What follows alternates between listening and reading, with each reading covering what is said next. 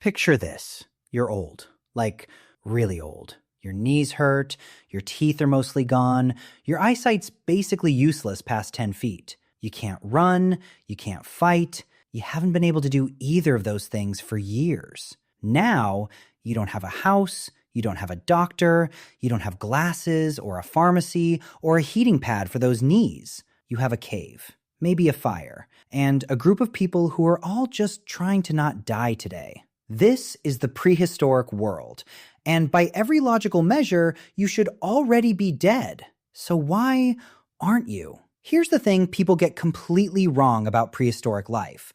They picture it as this brutal, short, savage existence where everyone dropped dead at 30 and nobody ever got old. That's not what happened.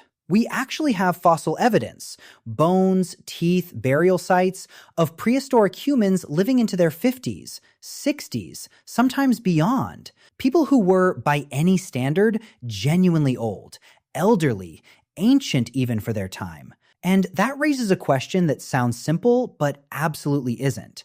How? How does an old person survive in a world with no safety net, no medicine, no support systems, no retirement plan, just raw nature doing its thing? The answer isn't one thing. It's never just one thing.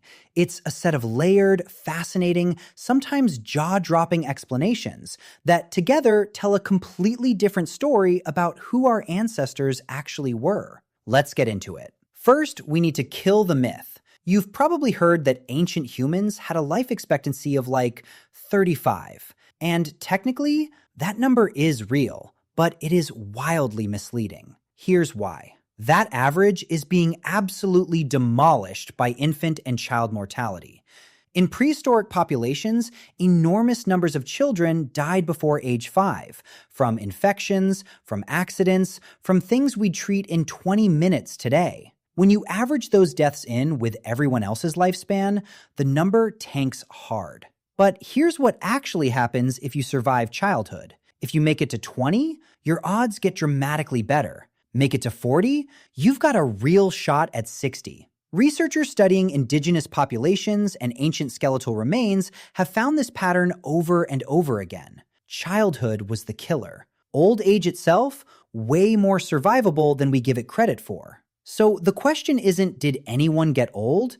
They absolutely did. The question is, once you got old, what kept you alive? Here's where it gets interesting. In a world with zero written language, zero books, zero recorded history, an elder is a library, a walking, talking, irreplaceable library of everything the group needed to survive. That old woman who can barely walk anymore, she's the one who remembers that the river floods every third spring. The one who knows exactly which berries will wreck your stomach and which ones are fine. The one who watched 3 droughts come and go and knows what the group did to survive each one. That knowledge is not replaceable. You can't download it. You can't look it up. If she dies, it's gone. And gone knowledge in a prehistoric environment doesn't just mean inconvenience. It can mean the entire group doesn't make it through winter. Paleoanthropologists actually have a name for this.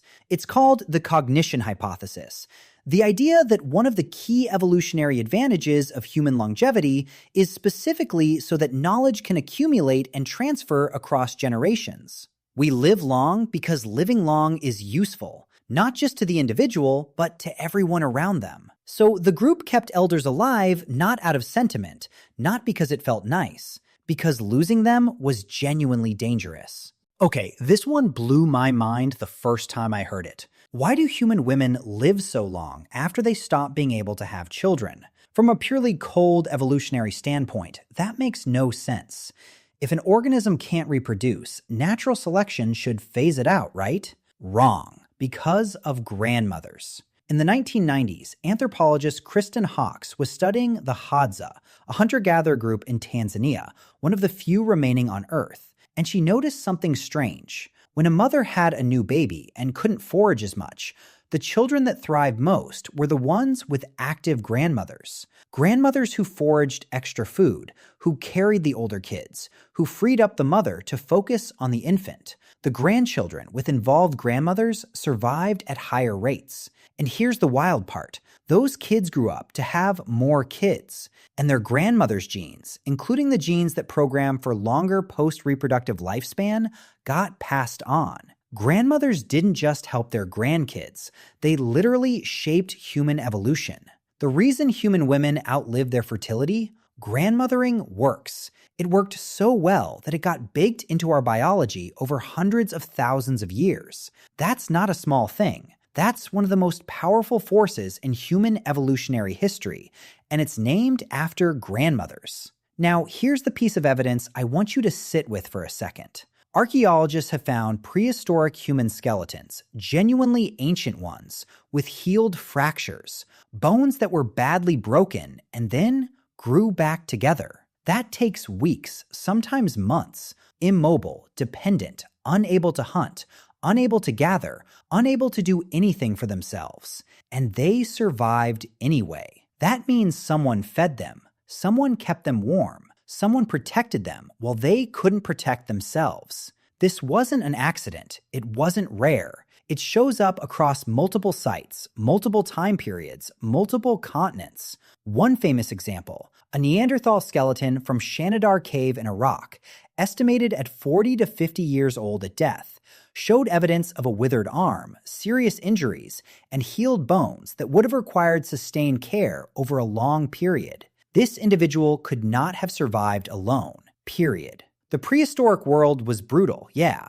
but it wasn't cold. These were people who looked after each other in exactly the way we still do today. Here's the thing that ties all of this together, and this is the part that genuinely changed how I think about human beings. We don't live long despite being social creatures. We live long because of it. Human longevity didn't evolve in isolation. It evolved in the context of groups, of communities, of elders passing knowledge down, and grandmothers feeding grandchildren, and injured hunters being cared for by the people around them. Our biology is calibrated for interdependence. The long post-reproductive lifespan, group adaptation. The slow childhood that makes us dependent for decades, group adaptation. The fact that we form emotional bonds with the elderly instead of abandoning them, group adaptation. Every other great ape, chimps, gorillas, rarely survive past their reproductive years in the wild. Humans do. And researchers increasingly believe the reason is that we needed to. The group needed the elders. The elders needed the group. And over hundreds of thousands of years, that mutual need got written into our DNA. We didn't just survive as individuals. We survived as systems. So, back to that person.